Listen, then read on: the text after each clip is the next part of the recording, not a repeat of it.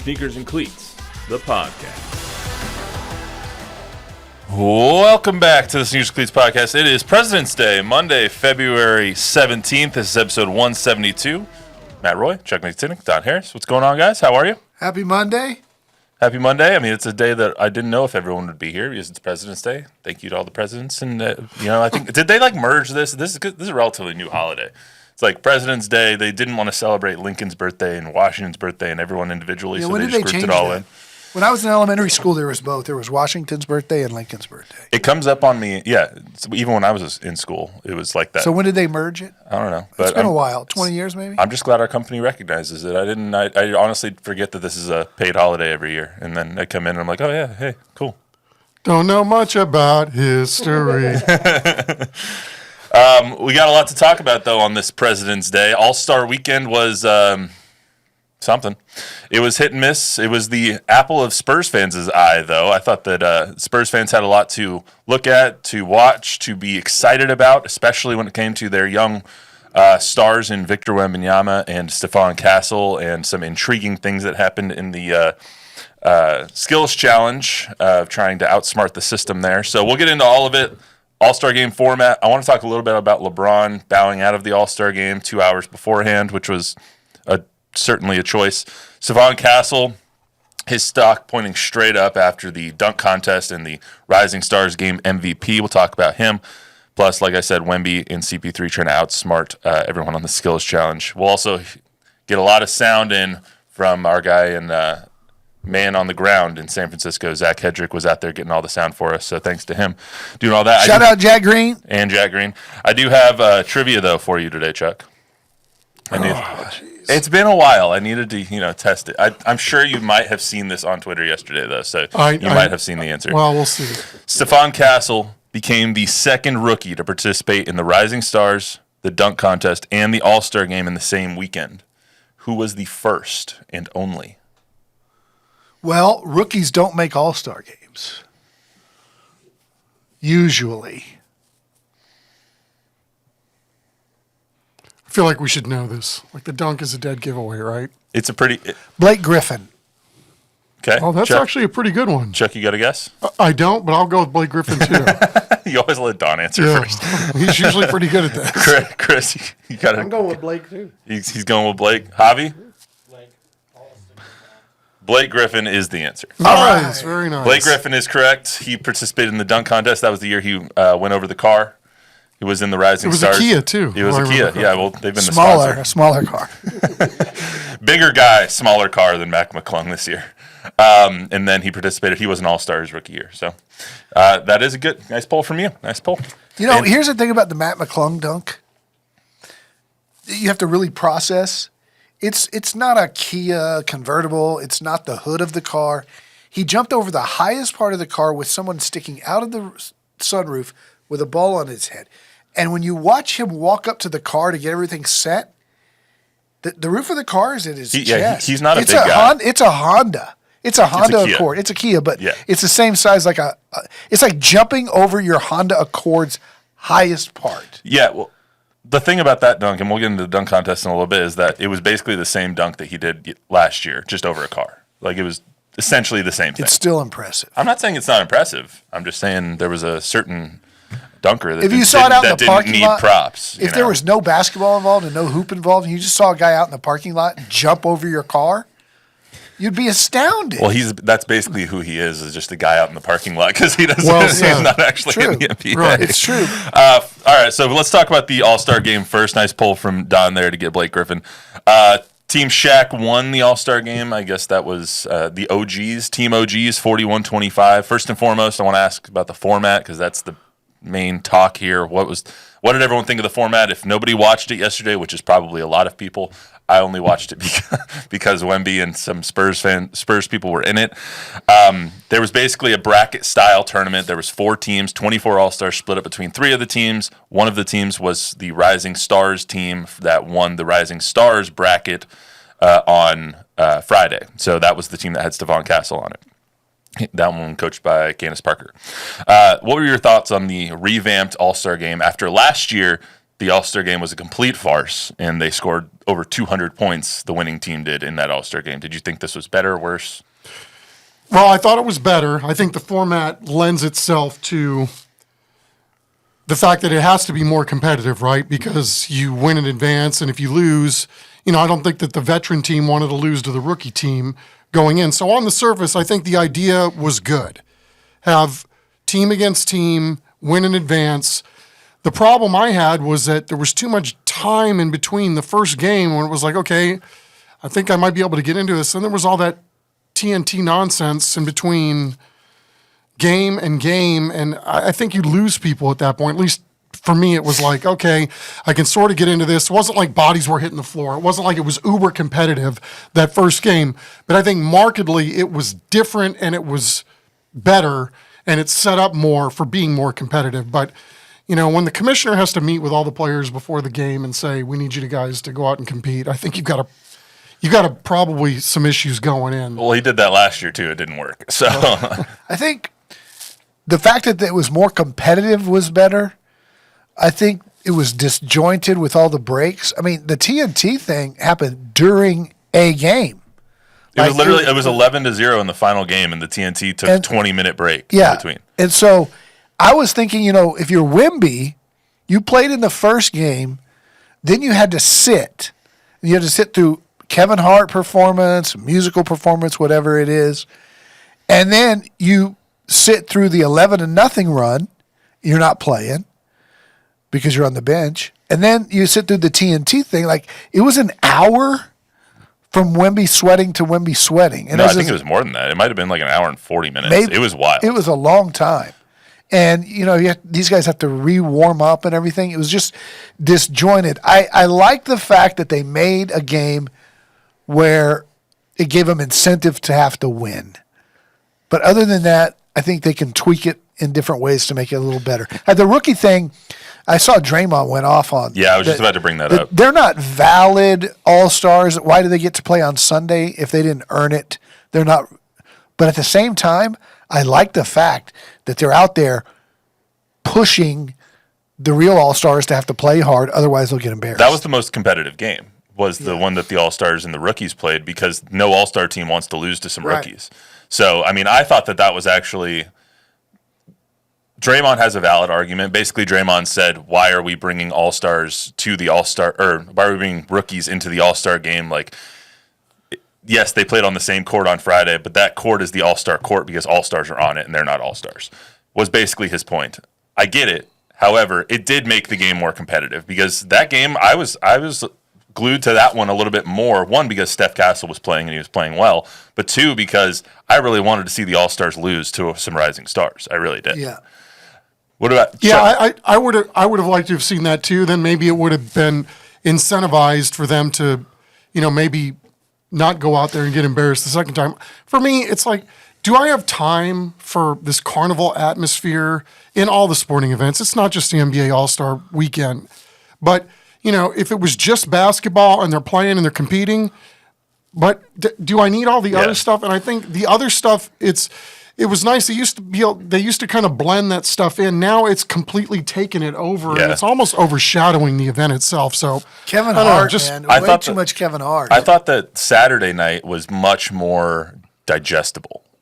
Saturday night, you have the skills challenge, and it was quick. It was skills challenge. All right, a little bit of a break before three-point contest, and then dunk contest. And dunk contest went fast too. We were able to get it on air on 9 or at 9 and at 10 because it was quick. It was fast paced. Sunday just drew on, man. It was pretty bad. And coming from me, I hate all-star games. I hate Pro Bowls. I hate all of it. Like, it's just, why are we doing this? It's not even a game anymore. It's just a waste of everybody's time. Let's just call them all-stars and give them the weekend off. Like, we really don't need to do these exhibitions. I would rather watch paint dry. I would rather watch NASCAR than watch an NBA All-Star game. And that's saying something from a guy who hates NASCAR. Did you feel the same way about the All-Star games in like the mid-'90s when Kobe was guarding Jordan and they were playing? No, because it was competitive then. Yeah, they were trying. It's all about trying and being competitive. If there's effort, like I liked this year a little bit more because you could tell there was a little bit of effort. There was it wasn't last year where there was like, all right, let's lob here, let's lob there. Right. I mean, you still had Steph going half-court shots and making one of them, which was impressive. It was competitive. It was a little bit more competitive. You had a little bit of defense. Kyrie Irving was trying. Wemby was trying. The Rising Stars were all trying to win that game. Yes, it wasn't the best basketball, but it was at least a little bit better. So I liked that.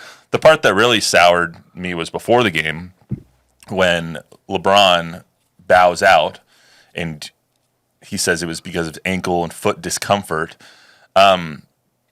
It's a fine line there, but I think that was completely selfish of him to do that because it could have gotten Norman Powell into the game. And Norman Powell's a guy who deserves to be a first-time All-Star. And this is where the leagues kind of differ, in my opinion.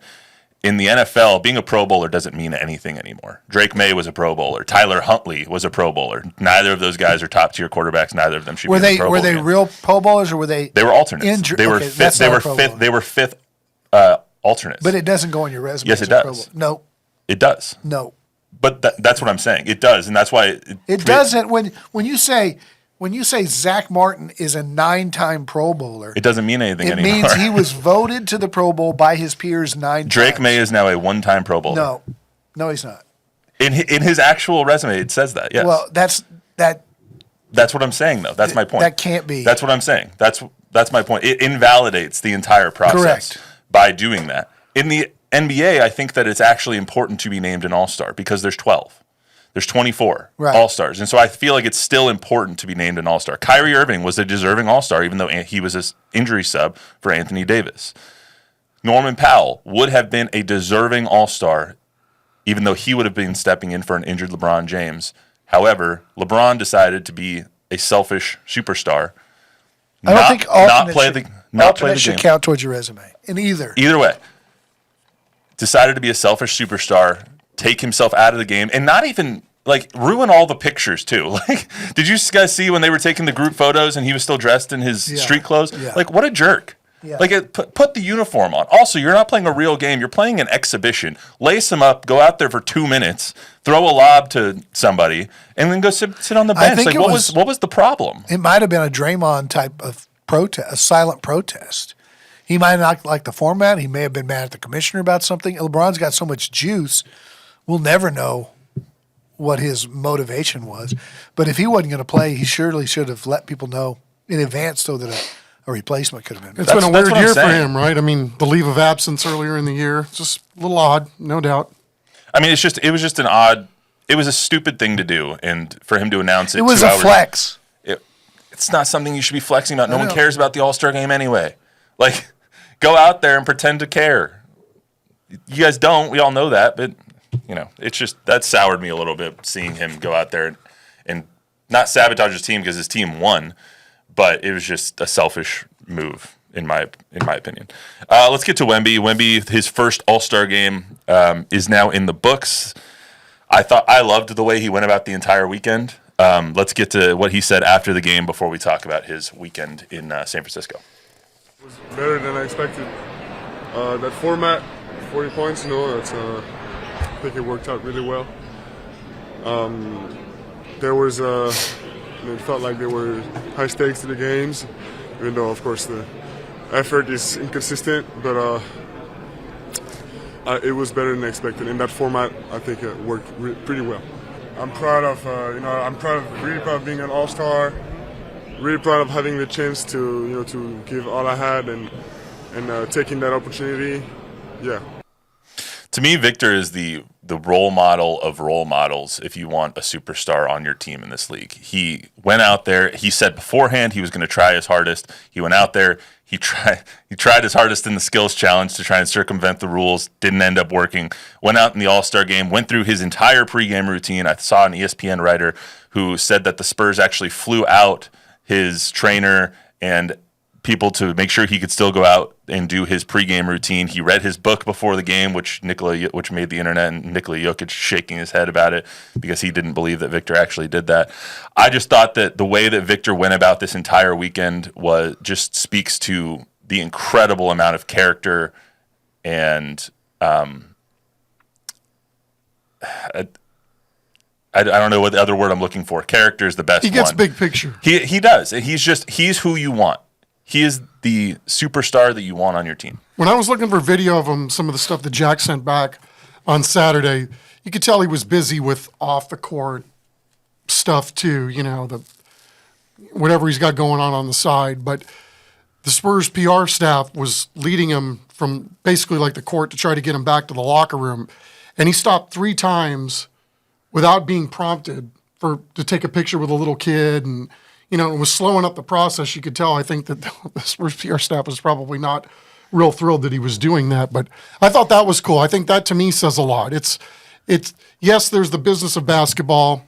There's the business on the court. But doing things like that, too, when maybe not necessarily everybody's watching, that to me is where I think it tells you where the heart is. He's like Giannis in that regard. He really gets it when it comes to young fans. He also gets it when it comes to, he made the comment that he's in shape now where he can play 100% every time he's out there. And he took a lot of pride in getting up and down yesterday. And he was breathing hard, and he was making plays. He played fantastic. I think he had 6 points in the first game and 11 in the second. And, I mean, that's half his team's points in that second game. But he also, like, the Joker was kind of making fun of him in the locker room for reading a book. What these guys don't understand is, All-Star Weekend is All-Star Weekend. But I don't know this to be a fact, but I would not be surprised if Victor was in bed reading lights out 9:30, 10 o'clock, just like he is every other night of the year. Yeah, even at All-Star Weekend, which is like you stay out till 4. The All-Stars, you look at James Harden on Sunday, James Harden probably didn't sleep. James Harden knows how to party. ASU alum. He's at Arizona State. But I wouldn't be surprised if Wemby was in bed at 10 o'clock. It's one thing we do well, is party. Forks up. No, 100%. And you saw that with Stephon Castle as well. Friday night after he won the All-Star Game MVP, they were interviewing him on the set, and they were like, "What are you doing tonight to celebrate?" He's like, "I'm going to sleep. I got a dunk contest tomorrow." So, and Candace Parker made note. He's like, "That's my superstar. That's who I want on my team." But he's not young, he's not old enough to drink. Yeah, I know. I think somehow they get around that in the NBA.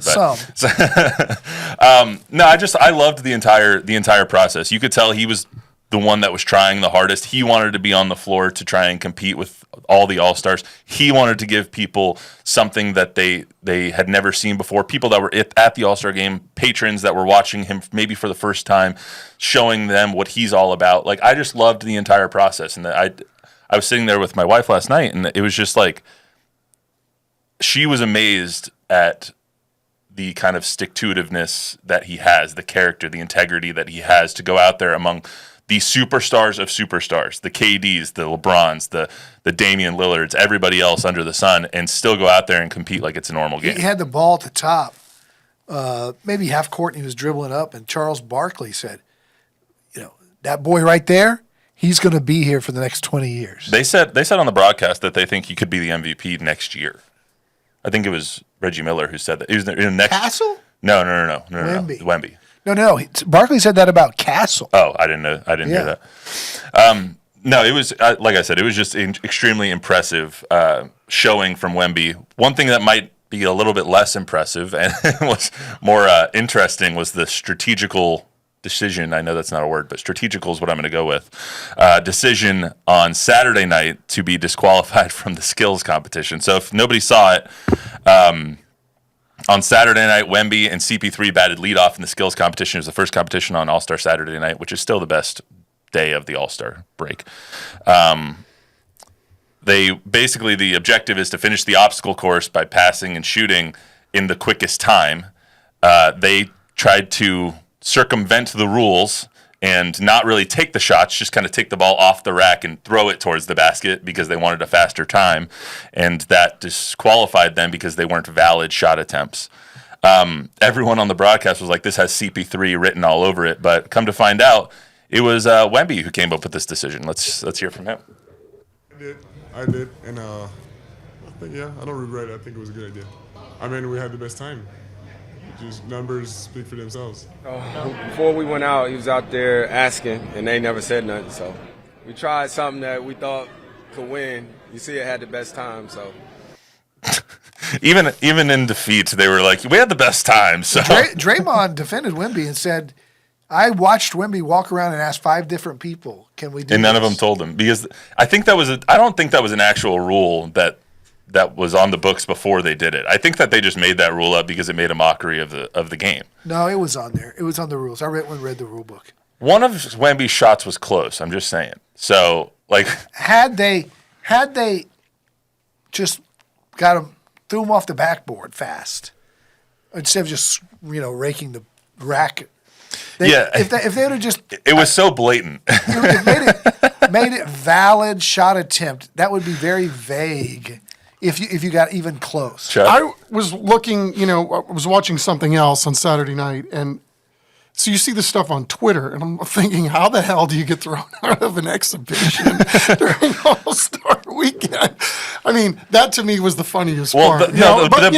Give him credit for the hack, man. Best part they're is thinking. The best part is the rules officials, and it's like a pamphlet of rules with guys' faces on the back. It looks like he just pulled it from someone in the stands. He was like, "Can I have that for a second?" He comes over. He's like, "This is where you guys messed up."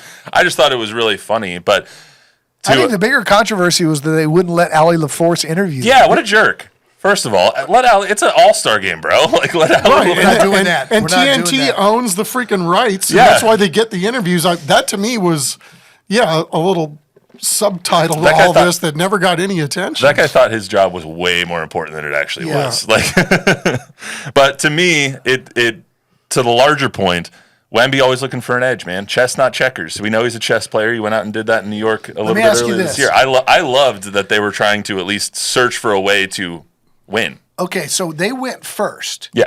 When the other teams see this, it's registering in their head, okay, that's what we'll do too, right? So they disqualified him right away before somebody else could go because they didn't want their contest to be screwed up.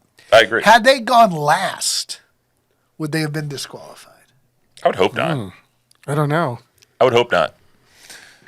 Because it was a smart decision. It was just done so blatantly and so spit in your face that it was like, well, we can't let him do this. Yeah. So Yeah. I thought it was really funny. I was sitting there, over in the back, and I was cutting the highlights and stuff, and I was like, of course they did. Of course they did. And I thought it was CP3 too. I didn't think that it was going to be Wemby, but sure enough, Wemby's the one that was spearheading the whole Valid shot attempt. thing. Does that mean he can granny it? Because that's a valid free throw attempt. I think if you hit the rim or you hit the backboard just by throwing them they up hit the there, rim once. that would be valid. All right. Well, let's get to Stephon Castle because I feel like he was the actual real highlight of this entire weekend. Besides Victor, I think Stephon Castle really showed himself to the world. He balled out in the Rising Stars game. Some would say that his star rose. Dominated it. And he should have won the dunk contest, in my opinion. But he got to participate in the All-Star tournament as well. Let's hear from the young Spurs superstar. Yeah, I'd say it was a successful weekend. I got to participate in, events on all 3 days. So, as a rookie, I feel like that was definitely a successful weekend for me. Definitely a successful weekend, guys. Like I said, I feel like Stephon Castle introduced himself to the world. If he doesn't have a shoe deal, he will now. It's one of those deals where you just explode overnight. The league knows about him. The vets know about him. They're talking about him. Everybody's talking about him. Anthony Edwards was talking about him. We've seen LeBron take him aside after Spurs-Lakers games. This guy, Barkley said last night he's going to be here for 20 years. He's the real deal. I sent a text, I think it was you or Zach or somebody that said, my prediction will be an 8-time All-Star. He'll be the Pippen to Wemby's Jordan. And I think in time he'll be the second best player on this team, better than De'Aaron Fox. Let's make no mistake. The next Spurs big three is Wemby, Fox, Castle. Not Devin, not Sohan, not Keldon, not any of those guys. That dude is an all-star. Yeah, we got a long way to go before I'm making any predictions like that. But the guy doesn't seem like a rookie, right? He seems like he's used to winning. He knows how to win. He's been a part of winners. He's been a reason why his teams have won. And I think he's bringing all that to the NBA. And there's a certain, seems like business aspect to all of this for him. Not in terms of off the court stuff, but it's all business when he steps on the court. And, a chance to maybe win somebody over or win over a teammate or whatever it is. So, yeah, good on him. The Anthony Edwards comments were, to me, pretty revealing, too, for him to come out and kind of single him out that he liked watching him. And, they're from the same area, roughly. Right. But, when a guy like that could single out anybody, for him to say Stephon Castle, I think that means something. I thought they got to – maybe people knew about him before because obviously he's been one of the best rookies in the league, if not the best rookie in the league this year. He's tops for Rookie of the Year this year. So I think people knew about him. I don't think people knew about him. Like, they knew of him, but not about. They didn't know what his makeup was. They didn't know what his demeanor was or how he spoke to the media or how the head on his shoulders. I thought that part of introducing himself to the layman and introducing himself to media that might not cover him all the time, that part was even more important than showing what he could do on the court. Yeah. Look, when we talk about these guys, we talk about Wemby, we talk about others, we talk about their pedigree. Like, R.C. Buford was going to France to watch Wemby when he was 14 years old, right? Steph Castle was a McDonald's All-American. He was a top 3 national recruit in his class. He was a one and done at UConn and won a championship and was a starter on a defending national championship team, right? So it's not like UConn wasn't any good. They were defending national champs. He comes in as a true 17-year-old and starts. So, I mean, this guy's pedigree, people have known this kid was really, really good for a long time. And the story about George, what's the longtime Spurs scout? George Felton. George Felton went and watched a UConn practice his freshman year. And he was coming off a tough game where the kid from Creighton, Schneider, weird last name. He was drafted in the first round. This past year? Yeah. He was a first-round draft pick, but he was really good at Creighton. He was the best offensive player in the conference in the Big East. And Castle had struggled against him. And Hurley was tearing into him, and the assistant coaches were tearing into him.